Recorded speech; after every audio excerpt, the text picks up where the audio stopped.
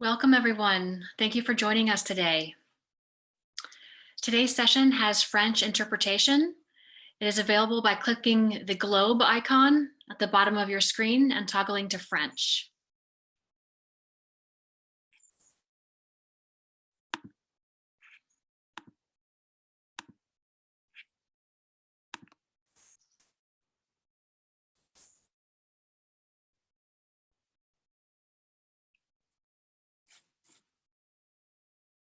All right, we will go ahead and get started. Thank you, everyone, for being here. My name is Heidi Kessler, and I am broadcasting from the United States. I have dedicated my career to ensuring that all children have access to healthy school meals, because I learned early on in life that if I nourish myself well, that I can feel like a superhero. And I want all children to have that opportunity to feel like a superhero, to be well nourished with food and with love, so that they can do what they do best, which is growing and laughing and learning and playing. I am a lifelong committed advocate for school meals, and I feel honored and privileged to be able to stand with you here today. Clarissa? You're on mute.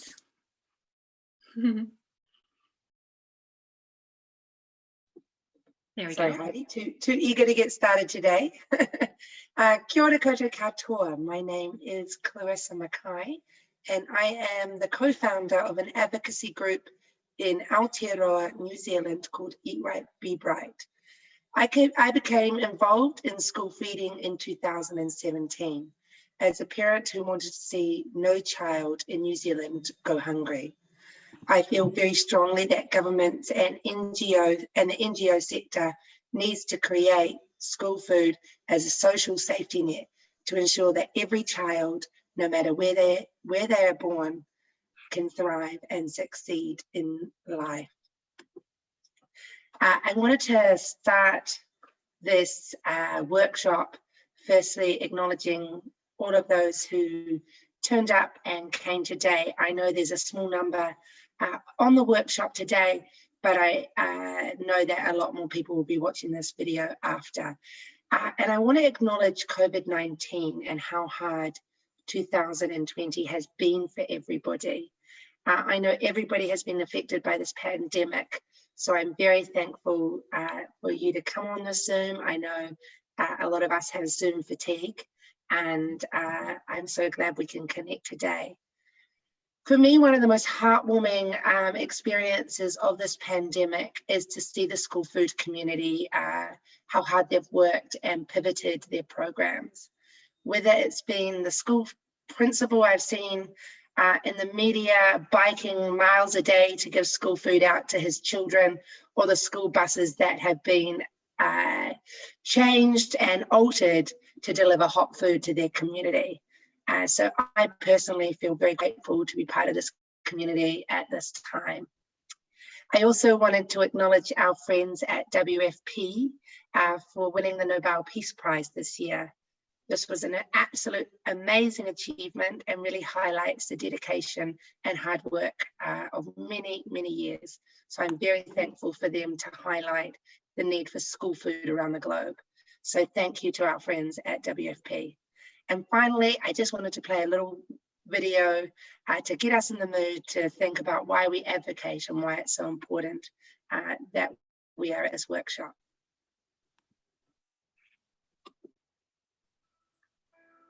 Wherever we are, whoever we may be, our lives grow out of the ground. The land feeds our children's bodies so they can run and play, and feeds their minds so they can learn and grow. When our children have school meals, they stay in school and have the nutrition to learn. That is why World Food Program connects schools to us. We go to the fields with love. Join us. Let us harvest a new future for the world.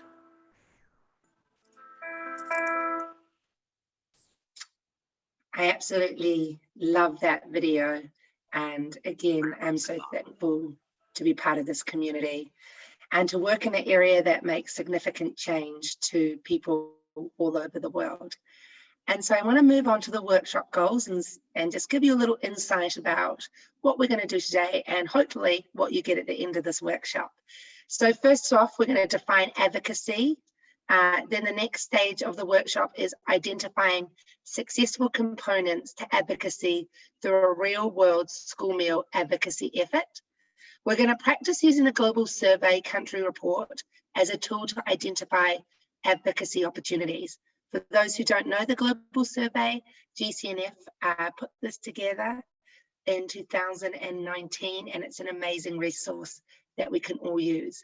And really, we want to develop an advocacy plan for all those who are watching online or those involved in the workshop. So hopefully at the end, you'll get those particular goals out of it. Over to you, Heidi. Thank you, Clarissa.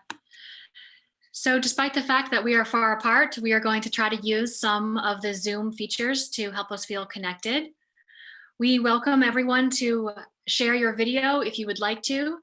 We acknowledge that we are in different time zones, so this is come as you are, no need to look fancy. We just ask that you mute yourself when you're not speaking to reduce background noise.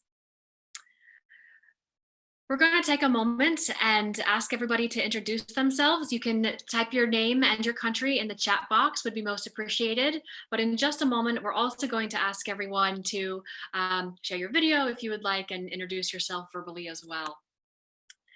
We are going to be doing breakout rooms potentially at the closer to the end of the session. It will be organized by region, so also putting your country in the chat box is important. We do have a few open-ended questions that we want to be able to do some brainstorming together. We'll be using a feature called Mentimeter that you can access from your computer or your smartphone, and we will give you the details on that when we get there. For now, let's go right ahead into our first interactive option, which is a live poll. A simple yes or no question of if you have ever attended a Global Child Nutrition Forum before. So you just click right on the screen your response. Outstanding. We have some folks who have been with us before and some new folks.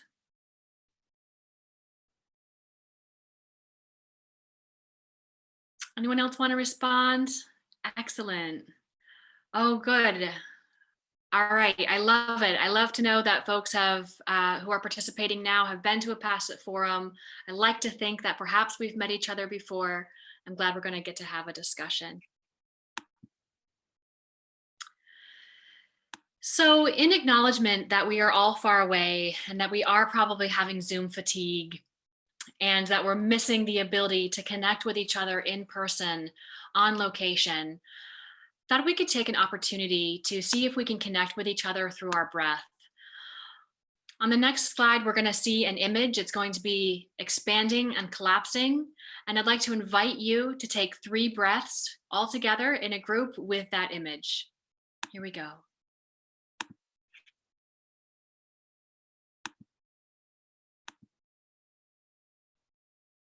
I think here we go.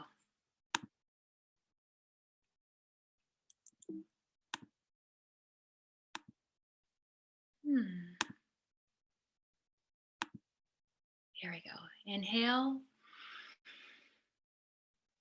Exhale.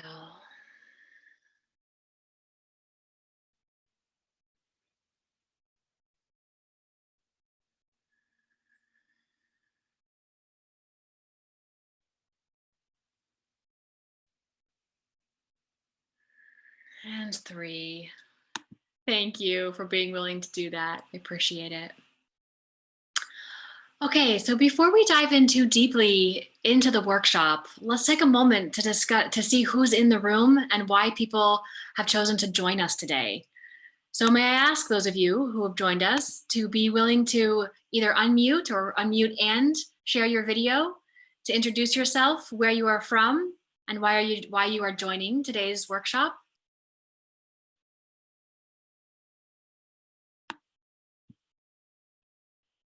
It takes a little bravery.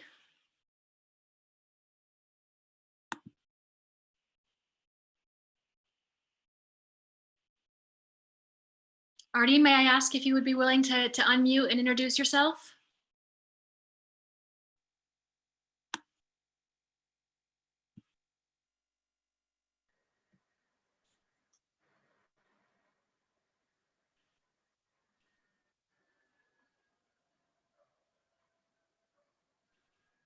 I can see you have unmuted yourself. We can't quite hear anything yet.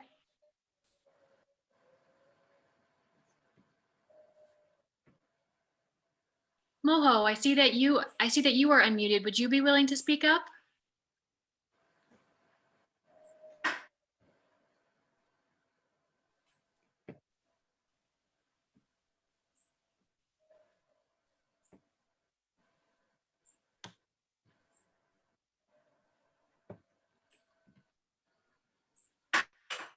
Oh, excellent. It looks like Momo has responded in the chat. Deputy Director working at the Nutrition Research Division, Department of Medical Research. Outstanding. Thank you and welcome. Nice to see you all. Thank you. Excellent to see you as well. I want to say good night because at 11:30 now. Oh, goodness. That's very kind of you to stay up late. Yeah. Thank you. Mustafa from Sri Lanka, from World Food Program. Interested in being here to improve your knowledge on school feeding. Outstanding.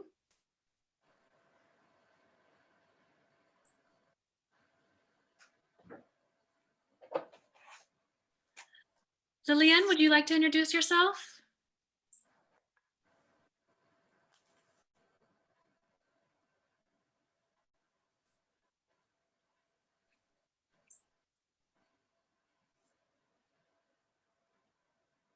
How about Himanshu?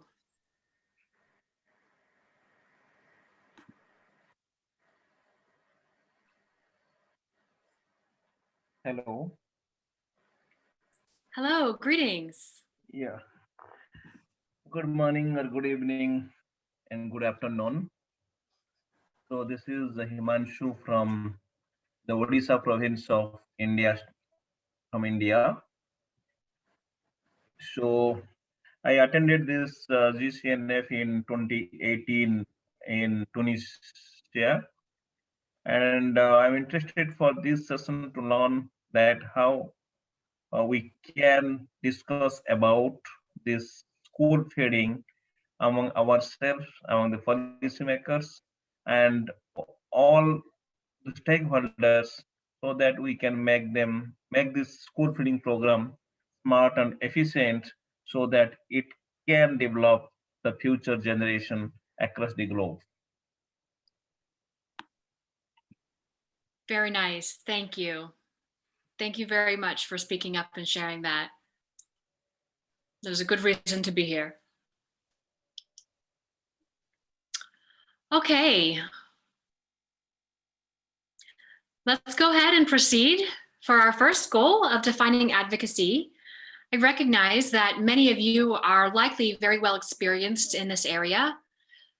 Just acknowledging that we are from different countries, we thought it made sense to just come together and make sure we're all on the same page about what advocacy means, so that we have a good working definition moving forward.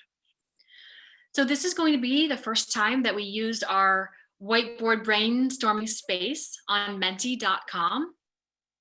So we ask you to enter Menti, MENTI.com into your browser. You can do it on your phone or your computer. And if you enter the code 6410379, you will have access to this question, where you will be able to put in your response to what kinds of words you think of when you hear advocacy. And we'll be able to see the brainstorm come up live on the page.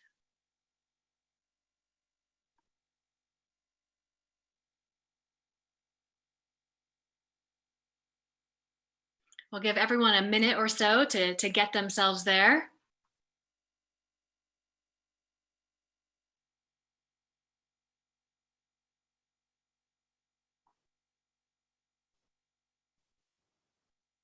When we hear advocacy, you think of lobbying, making change.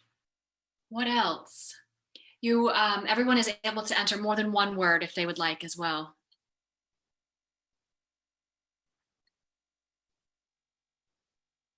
Funding.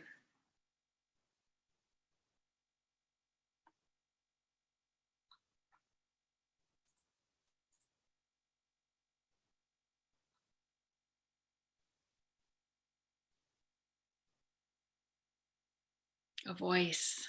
Excellent.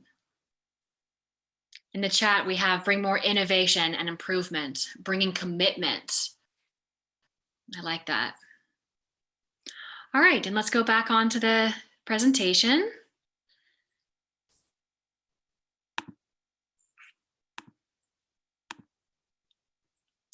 All right, excellent. So there is a definition that Clarissa and I use when we're operating in this area. Advocacy is a process of supporting and enabling people to express views and concerns, access information and services, and defend and promote rights and responsibilities.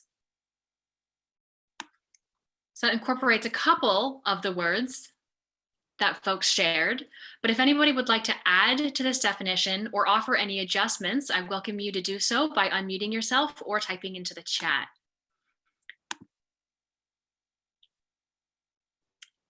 Otherwise, we'll go ahead and move forward with this as our shared definition of advocacy.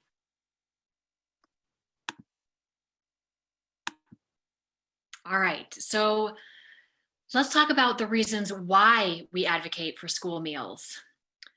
As you likely know in this room, that school feeding programs, specifically homegrown school feeding programs, support the Sustainable Development Goals, several of them, including zero hunger, quality education, gender equity, no poverty, economic growth, and reduced inequity. That's one strategy, school feeding, that can address all of those Sustainable Development Goals.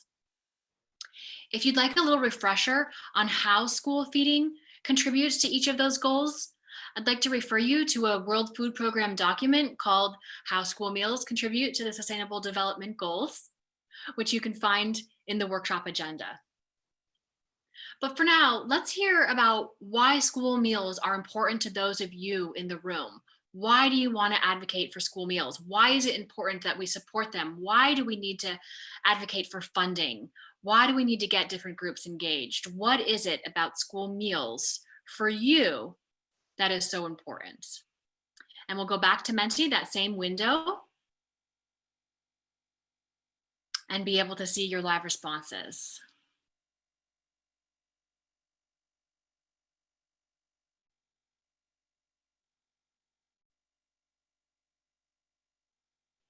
It's the same code, 6410379.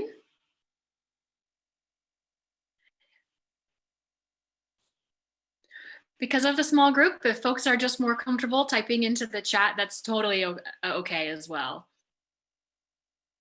Some are coming through. School meals are going to bring better nutrition to our students. School meals bring increased participation, and it brings increased funding.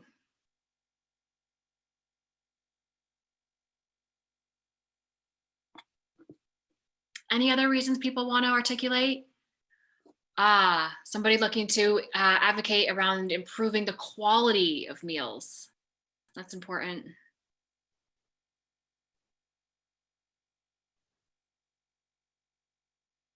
All right, and you can go to your next question in Menti, which is now, who do we advocate to? What types of organizations and people and agencies? This is our audience.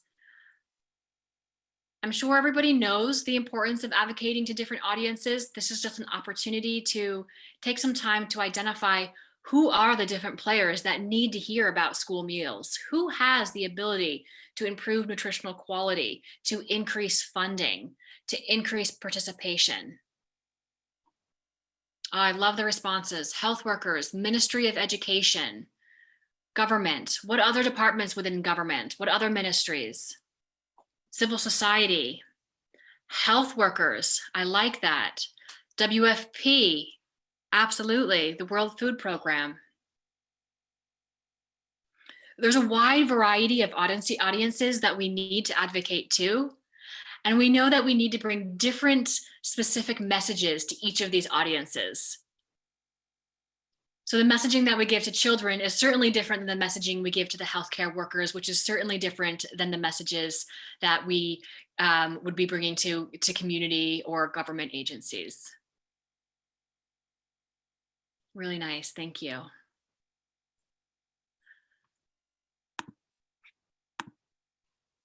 All right, folks, fantastic. I'm going to pass it over to Clarissa, who's going to bring us through our next goal, which is really exciting. Over to you.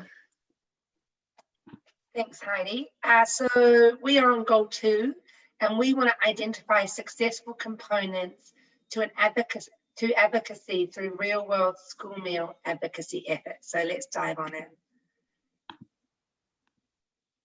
And so before we start, I want to bring up a diagram that Heidi and I created in 2019 for the Global Child Nutrition Forum in Cambodia.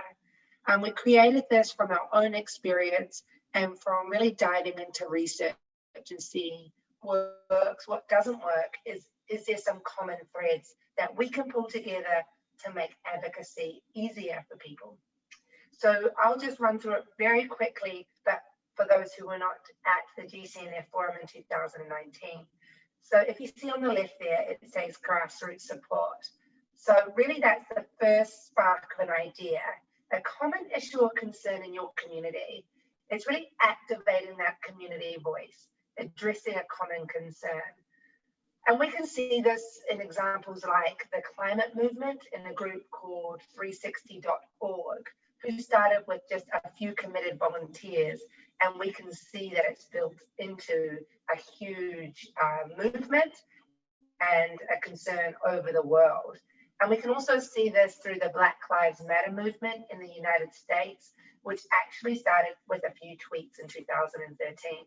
So what we see is big advocacy campaigns normally just started with a dedicated few volunteers and committed community members who wanted to create change. On the right, we've got frame the cause. It's a really important aspect of advocacy. It's really telling the story. So you've got your common concern, but if you don't tell a story and you don't present it to people in a way with facts and data, it won't really transcend into people's thoughts. So this is really important. So this is getting that data and using the data that you have available to say why this cause is important. And then we've got down the bottom left-hand side in the blue, aligning goals. So that's really finding people who you can rely on and who can create change that you can work with. And you may not agree on everything, but if you can agree on the one thing you're advocating for, then you will create change. And we see people like lobbyists and politicians, they're fantastic at aligning goals with certain individuals. And the final one is maintain persistence.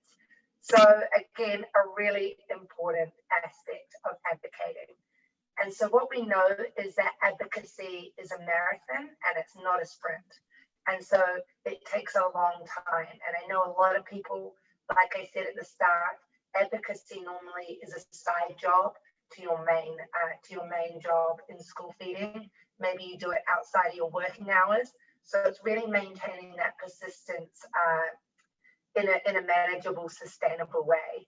And so if we move to the next slide, I want to explain a little bit of my history and show how advocacy can work in a real life situation. And what we did was quite big on the advocacy scale, but it can just start from little tweaks, maybe changing the menu, maybe increasing participation by a few hundred children. It doesn't need to be a huge advocacy campaign like I undertook. So let's dive into it. So as I explained, I'm from Aotearoa in New Zealand, a little Pacific island down at the bottom of the world. And so in 2020, the New Zealand government announced that it was expanding its free 2019 school lunch pilot from 30,000 children to over 200,000 children. And that is in response to the COVID-19 pandemic and the economic recession New Zealand was predicted to enter into later this year. And so prior to 2019, there wasn't an established school food program. There was ad hoc programs around the country, really just driven by community and by need. But I started an advocacy campaign in 2017, really advocating for school meals. So if we move on to the next slide, I can kind of explain how I got started and why I'm here today. So in 2017, like I said, I was just part of the civil society. I had no experience in school food whatsoever. I'm a parent to 3 children. And I got really concerned that children in New Zealand were going hungry and coming to school without any food, or really the wrong food that won't feed their minds or nourish their bodies. And so myself and 3 other mothers really got together and wanted to create change. I worked at an investment bank in London at Goldman Sachs. The other mother was a lawyer, and the other mother was a nutritionist. So really no experience in school feeding. But what we came together was this common concern to make a change. And so we really gathered grassroots support from our local community, and it initially started with 10 full-time volunteers to make a change. And I want to show you a little video, just the ways that we gathered grassroots support. But I know, this is a big video. Another way is just by talking to people, social media. But we'll play the video to show you how we got the message out to my community and my country.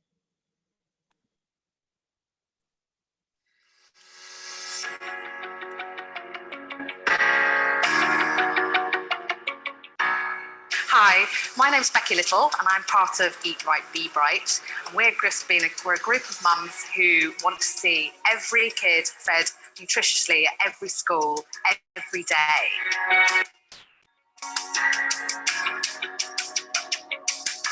We're cooking a shepherd's pie that's been designed by Nadia. It has a kumara and swede top, and it has a little parmesan and parsley crunchy topping.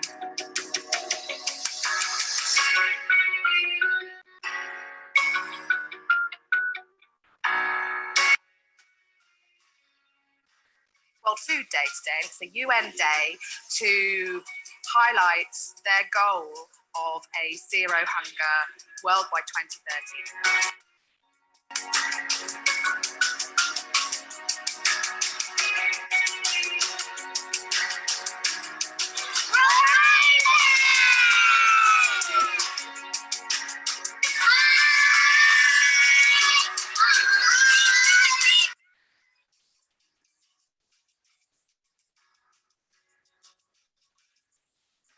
Here we are back at the Belmont Bowling Club, and we have fed all the kids, and we've got some really happy kids with full tummies that are going to grow their minds, nourish their spirits. And what we really need you to do at Eat Right, Be Bright is go to our website at www.eatrightbebright.org.nz and sign our petition, because we need to make sure that every child at every school is nutritiously fed every day. Zero Hunger New Zealand School.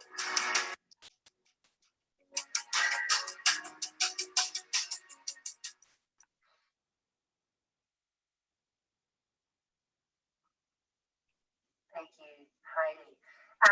And so what you can see in this video was that we asked our community to sign our petition to make other officials aware that we wanted this. We also showed that it is possible to do it in New Zealand without kitchens in our school and without properly trained chefs at this point. There is a way to do it. So I'm going to move on to the next slide. So after you gather a bit of community support and other people who are committed to making a change, you really need to frame the cause. So what does that mean? That is meaning telling a story with data. And so I am really, really thankful for people at like the WFP, Global Child Nutrition Foundation, and others who have undertaken research into school food.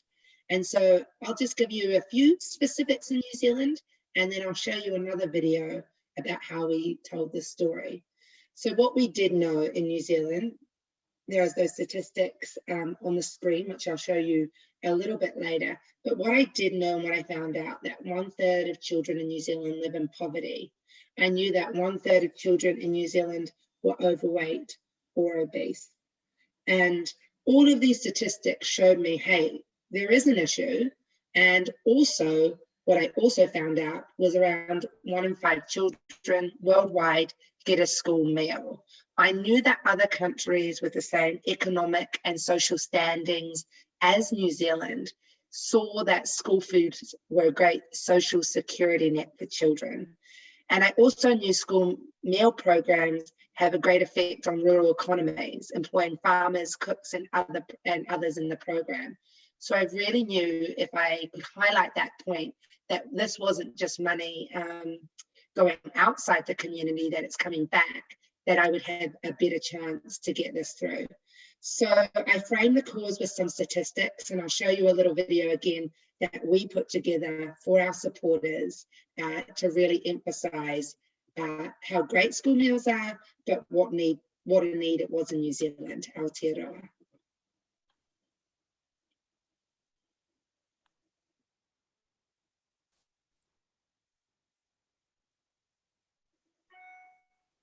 A little bit of a challenge here.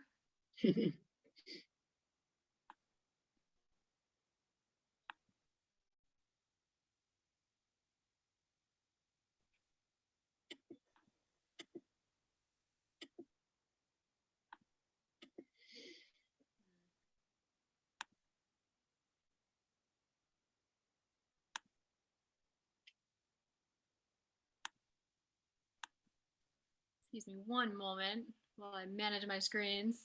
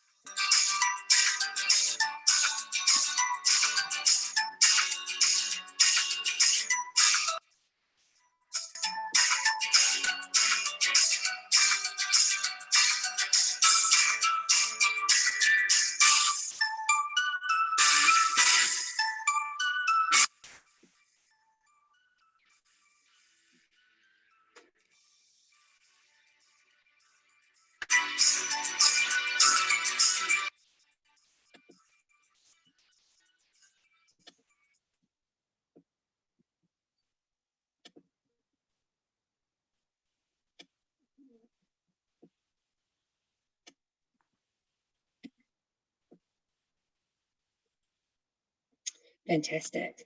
So what you can see in that video is that we really tried to highlight what was happening in other countries to show our government, hey, everybody else is doing it and they have success, we should be doing this too.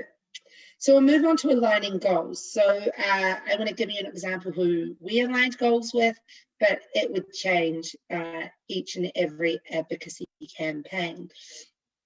So we connected to all members of our New Zealand Parliament, including our Prime Minister Jacinda Ardern. We have 120 MPs and I sent at least 10 emails to each of them. So you can imagine how many emails were sent just to government officials. And then we connected with government officials. So those in senior roles in our Ministry of Education, our Ministry of Health, and our Ministry of Child Poverty. We knew if this had to get across the line that we needed these people on side. We also connected with over 50 charities in New Zealand, child charities. And we didn't align on all of our goals with these charities, but it's important to get them all together, all on the same table. And what was surprising to me is I thought everybody could see that school meals would be an obvious win. But actually, if people don't know about school meals or haven't seen them implemented anywhere before, they really just are very naive about what effect it can have on the children. So really highlighting that message. We also connected with influential New Zealanders. You could do this back in your country. Who are some influential people? In New Zealand, we have a sports called rugby, and they're reasonably influential to us. And so I connected with them to try and get the message out. And lastly, we connected to influential organisations. So like the WFP, like WHO, like GCNF, I went over and met people in Italy at the WFP, and I saw different school feeding programs. And so that's a really another important aspect, aligning goals with people who can help you create change. And we'll move on to the last slide, which is maintaining persistence. As I said earlier, I sent over 5,000 emails, but to make it easier, create a template. Do not start fresh each time. Maintaining persistence is probably the most important aspect. It's probably like starting a business. It doesn't happen overnight. Success comes slowly. And so if your goal is to create change, acknowledge the little wins on the way, but also remember it is a marathon, not a sprint. So what we did is we started the campaign in 2017, but the need of school food was highlighted far before we started this. And so we were not starting this from scratch. There was a lot of media around New Zealand about this. It took 3 years of full-time work for 3 women plus countless volunteers. And it was hundreds of hours of meetings. I would bring my 9-month-old with me, and phone calls and Zooms and late nights after I put my kids to bed. And so it's really that dedication. For me, it was easy because I love children and I want to create change for them, and I want to be the voice to voiceless. So for me, that kind of was the fire that continued. And countless media interviews, press releases to highlight this issue.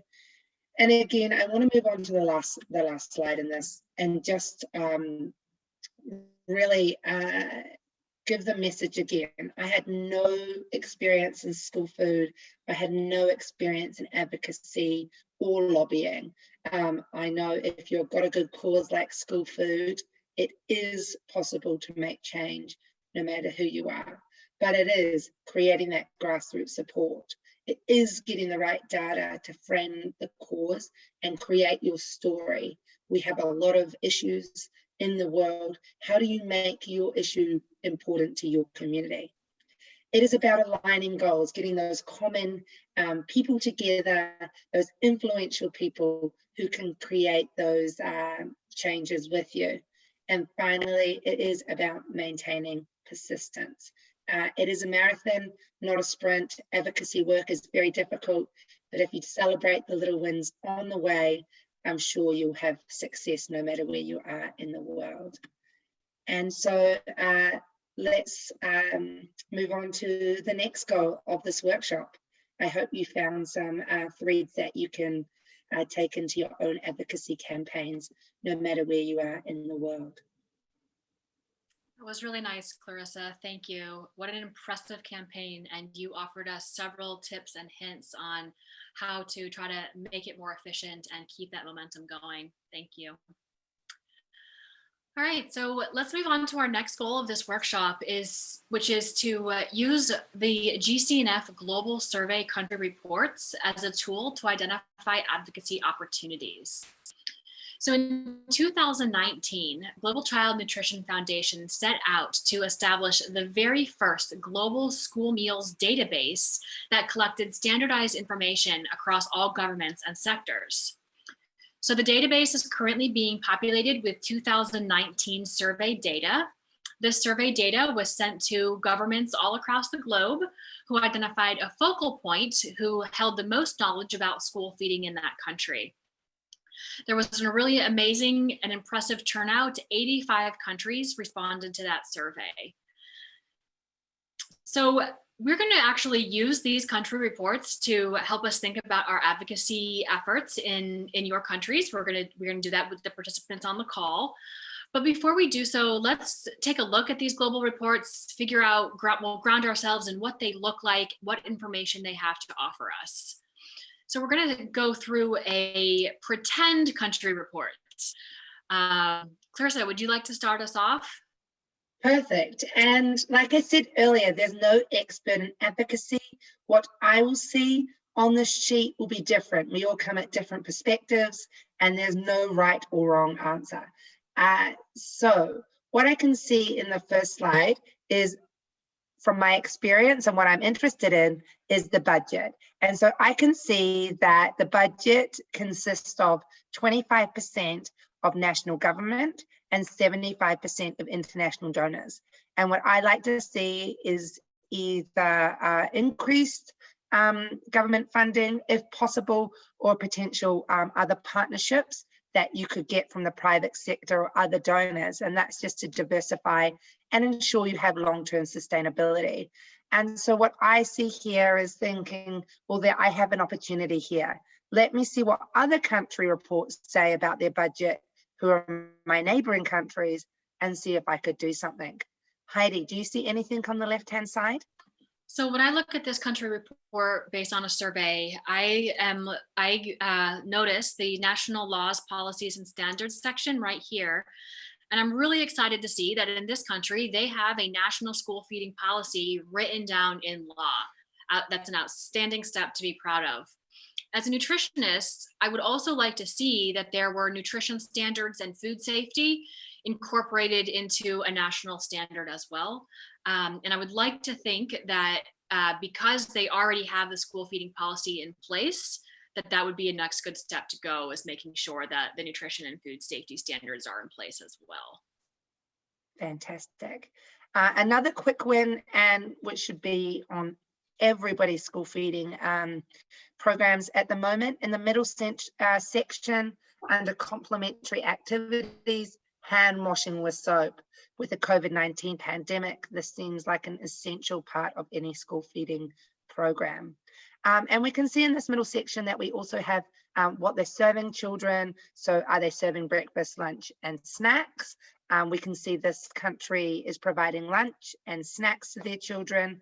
And another quick win, if possible, in this country, again, it's knowing country context and availability of this food, is could we add the addition of fruit into the school feeding program? But again, it's country context. For example, you may not be able to provide fish. So it's knowing your country and your context. Should we move on to the right-hand side, which shows you how many children in this country are receiving school meals? And so what we can see is the total number of primary and secondary children aged school who are receiving a school meal is 300,000. So that is 33% of that country's school-aged children. And what it does highlight is that there's been no increase in the number of children who are receiving school meals. So again, that highlights to me is there a chance to increase it? And you don't need to increase it by 100% at the start, but 5%, 1%, any amount is great to increase the numbers by. Also, again, like I mentioned before, is it possible to have a look at neighboring countries? If your neighboring country who has the same economic and social and cultural standing as your country feeds 100% of their children, then it is something to highlight to your government. Why can't we do that? Why don't we have these programs as social safety nets for our children? Excellent. As we head over to the next page of this country report, we have other opportunities that we can consider part of our advocacy campaign. So I notice here under additional information, it notes that obesity is considered a problem in this country, but no approaches have been used to prevent or mitigate obesity thus far. When I then look up into nutrition and knowing that school feeding programs can be a key strategy used to address malnourishment, undernourishment, and overnourishment, I can see that there's an opportunity to include an objective around reducing obesity in the school feeding program.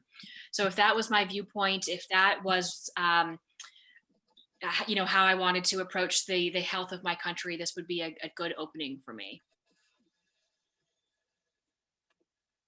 Fantastic.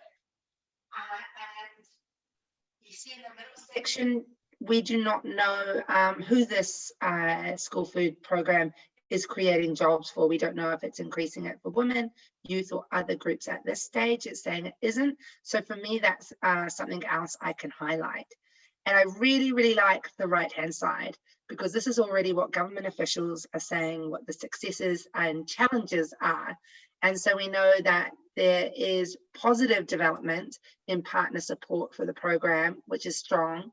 And the government requirement for community participation is beginning to have an effect, which is great. And we continue to see good enrollment. So fantastic. And so these are some of the things that when you're advocating, it's really great to say to these people, hey, you're doing a great job in these areas. Always start with a positive. You're doing a great job in this area, but this can be improved. Heidi, do you see anything else? I think you nailed it. Just so folks are clear, the NR is no response. And so that's where Clarissa was saying, we just don't know. They are feeding 300,000 children in this country.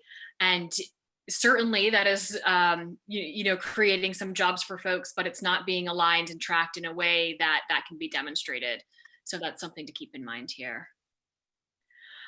So that gives us a little bit of the lay of the land of what a country report looks like and how we can use it to figure out what we want to advocate for. So let's take a moment and talk about how to access your country report.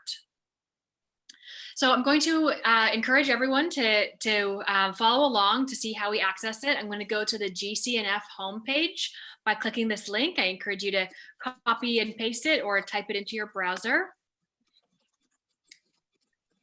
As the home page comes up, I'm going to see a row of buttons across the top, and I'm going to go over to Programs and Events, pull down the little caret, and I see Global Survey. So the home page, Program and Events, Global Survey.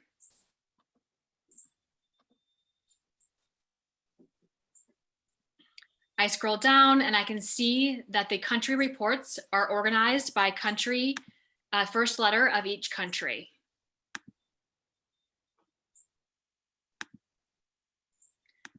When you find your country, you can click it open and you can either work with it from here, or you can go ahead and download it to your desktop, to your computer to work with it. So before I lose everyone to going and checking their country reports, I want to acknowledge that some folks might not have a country report. Clarissa, can you share with us some thoughts or ideas about what to do if we don't have a country report? Because that has been your experience. Perfect. So I know that New Zealand does not have a country report, but as I said earlier, we're now feeding over 250,000 children.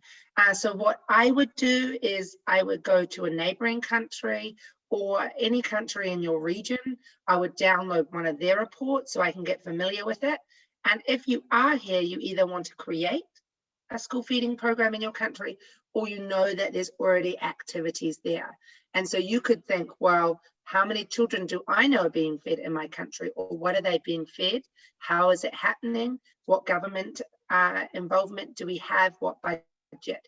And so downloading a neighboring country's report to get familiar with the idea. And really when GCNF does this next year or the year after, really supporting that effort in that country to ensure we have the right data, and so that we can get these country reports and assess it towards our neighboring countries. Thank you. Good suggestions. So what we're going to do is we're going to actually stay together because we're a relatively small group, and we're going to have about 20 minutes for this activity. And what we would like to see is for participants to go to gcnf.org and look at your country reports. Again, your other options are, if you don't have a country report, to look at a neighbor's country report, a neighboring country, or just another one that might perk your interest. We also do have a blank country report that you could use to vision what you would like your country report to look like in the next 5 years, which is available in the workshop agenda. So this is the participatory part of the session. So I'm going to ask folks to communicate with us in the chat or by unmuting yourself. To go ahead, we're going to give you about 5 minutes to go ahead and access your country report. Then let's look at them together. Tell us what country report you're looking at, and we can talk through each of the country reports together. What are you seeing as highlights? What's going really well? What is impressive in this country report? What, if it's your country, what is something you are proud of that the country report highlights? Then from there, we'll move on to where are the opportunities for improvement? Where are the opportunities for advocacy?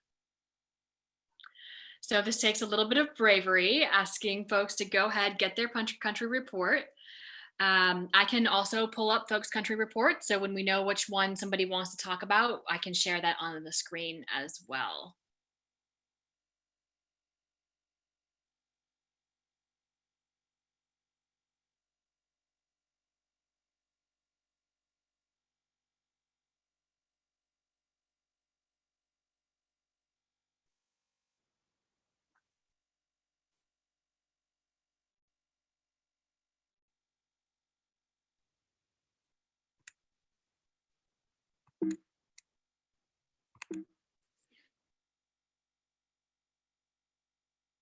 Giving folks a moment to find the country report.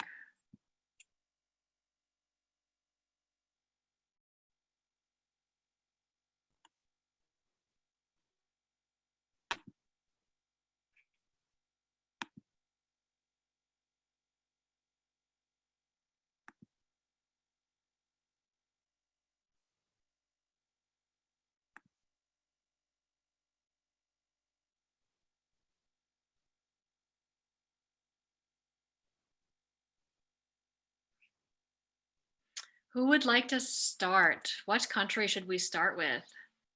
Anybody want to be brave?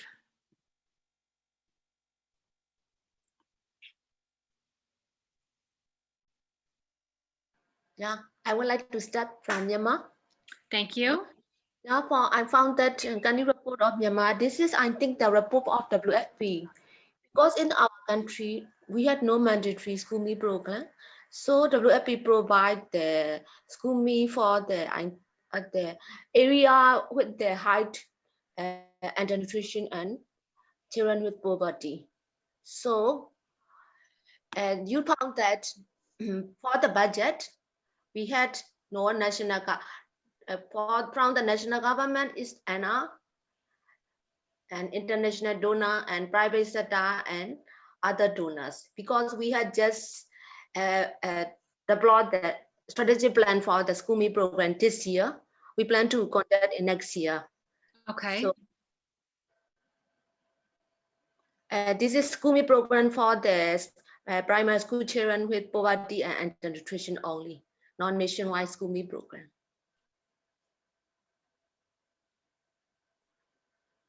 I think that's all. All right, thank you. Just glancing over it myself. Because it is not our country report, because I did the report of WFP only. Yeah. So this would have been this was sent to the Ministry of Health and Sports. And so they are the ones that provided this information. And they are reporting right on the WFP school feeding program. Right. And food items are like the grapes, full ration and high energy biscuits. Mm-hmm.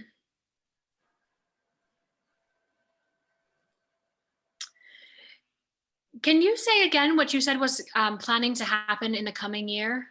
Yeah, and in this year before the COVID era, I think, and end of the 2019 and start of the 2020, we have conducted a series of workshops for the development of strategy plan for school meal program. So we have, I think, we already have submitted to the minister. So it is, we are conducted with a collaboration with the Ministry of Health, Ministry of Education, Ministry of and Agriculture and Livestock, and Okay. many including INGO. And we also invited the school teacher who ran the school meal program provided by WFP. So with those collaborative support, we deployed the strategy plan. So in next year, we will plan to conduct a school meal program in a selected area, and we will submit, we will advocate with the parliament. So I found that at New Zealand, they advocate with the parliament. So we plan to do like that. Wow. We can find that we need to get funding from the government. And you have already known that we had just finished the new election. So our leader, Ms. Aung San Suu Kyi, is very interested in school meal program and school children. So we need to advocate with the government official to get the government fund in next year. It's excellent to hear that you have somebody who is interested in school feeding. Yeah. So before that, we were plan to do the baseline survey, nationwide baseline survey. Yeah. Outstanding. Yeah. Very interesting. Thank you. Fantastic. And I wonder if there's some interest of seeing what other neighboring countries like Bhutan and Cambodia did, from moving from a WFP model to a complete to getting more government involvement, and connecting with those countries to say, hey, well, how did you get the government to come on board with this and move from WFP to some funding from the government? And that would be interesting. Yeah. WFP may be the main source donor for school meal program in Myanmar. I think so. Yeah. Mm-hmm. So it sounds like potentially, based on the strategy that you've developed for the expansion next year, in the future, this line is going to be continuing to go up. You're going to be reaching more and more children. Yeah, we think so. Yeah. Excellent. Excellent. I love people like this. This is great. Yes, Good with your endeavors. All right. What's the next country report that we should look at?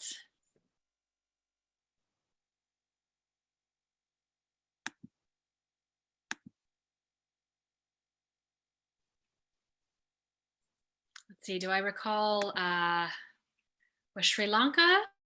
Somebody from Sri Lanka still with us?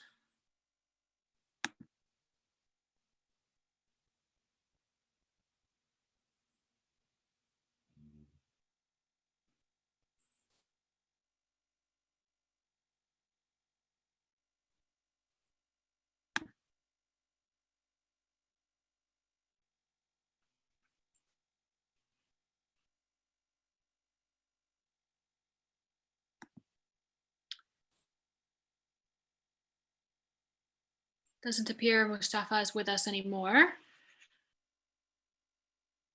What other country should we look at?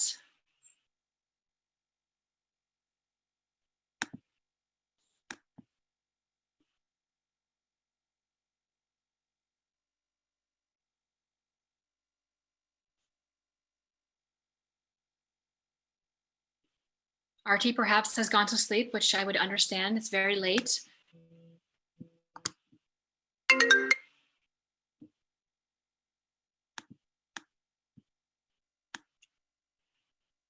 Lillian, excellent. We would love to hear from you.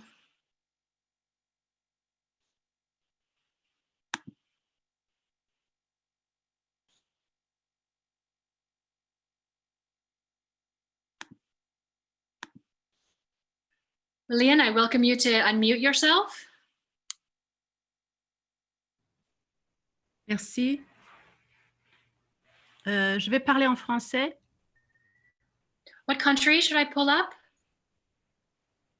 Vous m'entendez?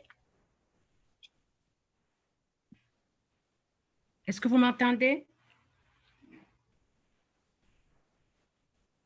Vous m'entendez? We can hear you. Ok, thank you. Donc, merci. Je voudrais juste faire peut-être dire que cette session est très, très intéressante par rapport aux innovations dans le plaidoyer, la mobilisation des ressources et faire un commentaire sur les rapports parce que j'étais dans l'équipe qui a fait les rapports, j'étais dans la partie de l'Afrique. C'était un apprentissage pour nous tous. La plupart des gens qui ont travaillé sur les rapports étaient des praticiens de l'alimentation scolaire. Moi-même, j'ai dirigé l'alimentation scolaire pendant plus de 10 ans pour WFP au Burundi. Donc, on a... Oui? May I ask you to pause for one moment? I'm having trouble accessing the translation. Okay. Clarissa, are you accessing the translation? Yes, I am. Okay, then I'm going to let you walk us through this when Lillian is done. Does that sound okay? Perfect. Lillian, I just didn't grab the country that you were from. You want me to go in English, maybe? I will be slower. It's not my first language. Whatever you are most comfortable with, it is absolutely okay if you'd like to proceed in French. The translation's working perfectly for Okay, myself. just to say that I was very much impressed by all what has been said by those who made the presentation of the countries. I was very much impressed by the way, the innovation in how you fundraise, how you do advocacy. Excellent. I think that was what was very important in those country reports. It was also to see the trends. Yes. With regard to funding, it was very interesting to see how countries in 3 years' time were able to increase the level of their funding, also to expand the program. Not only expand the program, but also to have very strong programs. When I say strong programs, I'm not making any judgment. Because now we are no longer doing only feeding children. We want to give them nutritious food. So we really want to be in the battle of combating malnutrition. Having said that, personally, as a member of the team who were in charge of the survey, what has really struck me in some programs, or to see at which extent communities were involved. And I was very much impressed by what Clarissa said with regard to how she has been able to engage community, parents. I think this is the strength of a program. As I told you, I'm not making any judgment, but I think that it's important for a community to really own the program.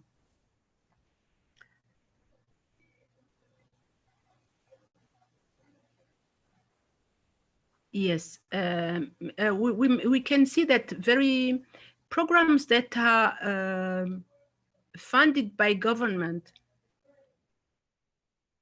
have also the latitude of developing several complementary activities in addition to the meals, especially for adolescent girls. it's maybe because I have a personal interest for girl adolescent, but it's really important that we put a lot of focus on adolescent girls. They are the one who are the transition between childhood and adulthood. And from a nutritional point of view, it's very important to ensure that we as practitioners of school meals were really playing a role in preparing adolescent girls becoming women, mothers, and to really break the cycle of malnutrition. So this was my contribution, and thank you for your interest. I have really been very much passionate by being part of this team who was working on these reports. And I think that, as Heidi said, it's very important for all the countries to prepare for themselves for the upcoming report, because now we believe that we have GCNF, I mean, has now the baseline of the situation in many countries. So the upcoming report will be very important to see the progress that will have been achieved at that time. So over to you, and thank you to have given me the floor. Thank you very much. Thank you, Lillian. That was most appreciated. And I appreciate your switch into English. I discovered because I'm sharing my screen, I am not seeing the translation, but I'm glad that others were able to. But thank you for accommodating me. And to echo the point that yes, the next survey will be sent out to governments next year. I believe it's the third quarter, maybe late summer. And it will be important for us all to be able to see those updates. I'm just so thankful, Lillian, for people like you and your country who are dedicated to school food. It makes these early mornings and late nights really worth it to connect with others in the community who are doing such fantastic work. So thank you.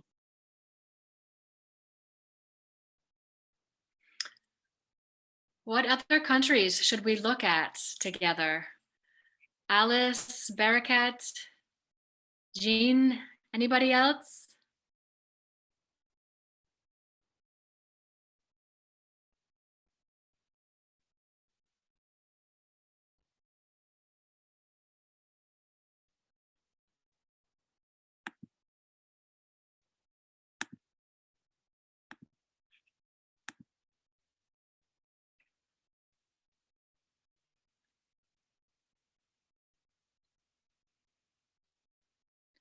Well, my hope is now that everybody feels comfortable accessing their reports. And if you don't want to move forward in a discussion about it now, that's absolutely okay. The goal just being that you know how to access it and you now have some ideas of how you can use that report to identify what's going well and where there are opportunities for improvement.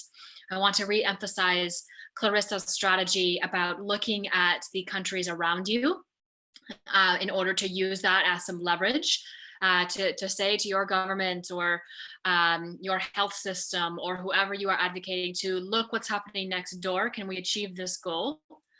And again, if you do not have a country report, you can access a blank country report in the workshop agenda, which you can use as a tool to envision what a future report might look like, how it might reflect the type of school feeding program that you would like to have.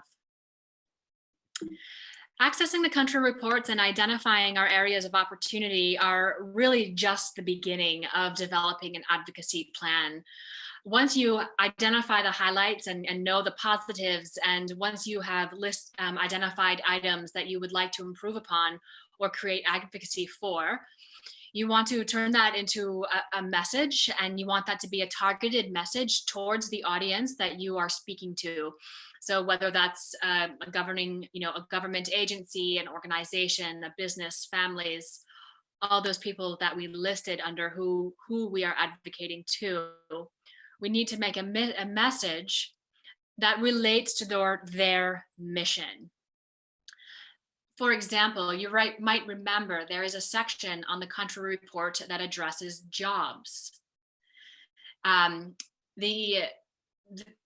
If you are speaking with somebody who is most interested in job creation and the economy, that would be the messaging that you would bring around school meals, is the benefit that it can bring, the jobs that it can create. It's not necessarily going to be about how school meals can be used in obesity prevention, right? You would save that message for when you're talking to public health organizations. So thinking about how you can nuance your message based on who you are speaking to. Also, I think it's important to think about when and where you're going to share your message with the audiences that you want to. What big meetings, what regional or international meetings are you attending in this next year?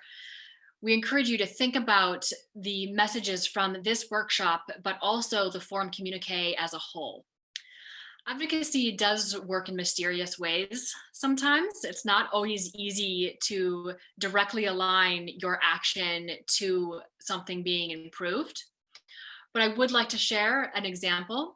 In the 2015 communique, which was drafted during the Cape Verde Forum, it specifically called on participants to ensure that school feeding was on the African Union agenda. The WFP's Center of Excellence Against Hunger, as well as the Ministries of Education, echoed this message. And the African Day of School Feeding was instituted in January 2016 in order to celebrate the immense value of homegrown school feeding.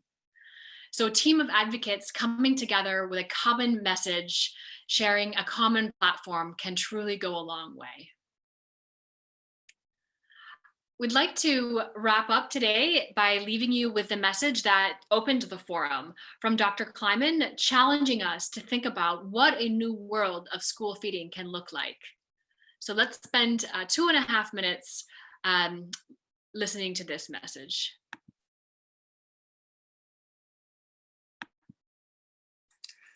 Hello, I'm Dr. Ron Kleiman, President of the Global Child Nutrition Foundation Board of Directors. On behalf of my fellow board members and the GCNF team, welcome to the 22nd Annual Global Child Nutrition Forum. We're thrilled that you've joined us, and we're looking forward to the next few weeks of teaching, learning, and sharing that we'll all do together. I'm grateful to work with all of you in service of the children around the world who will benefit from our efforts. I'm very proud to lead the Global Child Nutrition Foundation. We're a small but mighty organization that leverages our extensive network and expertise to ensure that children around the world have access to nutritious food in school. Our flagship program, the annual Global Child Nutrition Forum, is the largest international conference on school meals in the world. It offers an opportunity for the school meal network to come together to learn and share their programs. Unfortunately, for the first time in the history of the forum, we're not able to be together in person to learn and share. As we all know, the COVID-19 pandemic has wreaked havoc on school systems and disrupted school meal programs around the world. This health crisis is rapidly compounding existing food security issues and creating new challenges in ensuring that children have the nutrition they need to learn and thrive. Vulnerable children are being deprived of a daily meal at school. Child hunger has surged to levels that we haven't seen in recent history. The damaging effects of this pandemic will be felt by generations to come. The crisis has, however, created a critical moment for school meal supporters and champions to come together to imagine a new and more resilient food system, one that not only provides a meal, but invests in local agriculture production, supports community-based entrepreneurs and businesses, and creates opportunity for children, their families, and their countries. So I offer you a challenge. Throughout this forum, consider what the new world of school feeding might look like in your wildest dreams, and how you'd plan to contribute to this new world. What would you like to see? What stakeholders would be involved? What new partnerships could be created? Who could benefit from this new system? These are some of the important forward-looking questions that we'll need to consider together. I'm grateful to all of you who are joining us in this challenge. I look forward to building this new world of school feeding with you and to ensuring that every child has the nutrition that they need to learn and thrive in school and beyond. Thank you very much.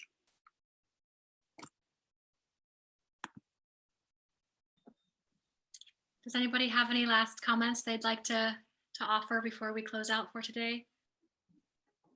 I just want to say thank you for joining us. I agree, we're at a pivotal time for school feeding, and it's a great time to start advocating now. And I want to say stay safe, stay motivated. 2020 has been a very difficult year for all of us, but I appreciate your presence and your interaction in this forum. I'm very grateful. Thank you. Thank you, everyone. And thank you, everyone.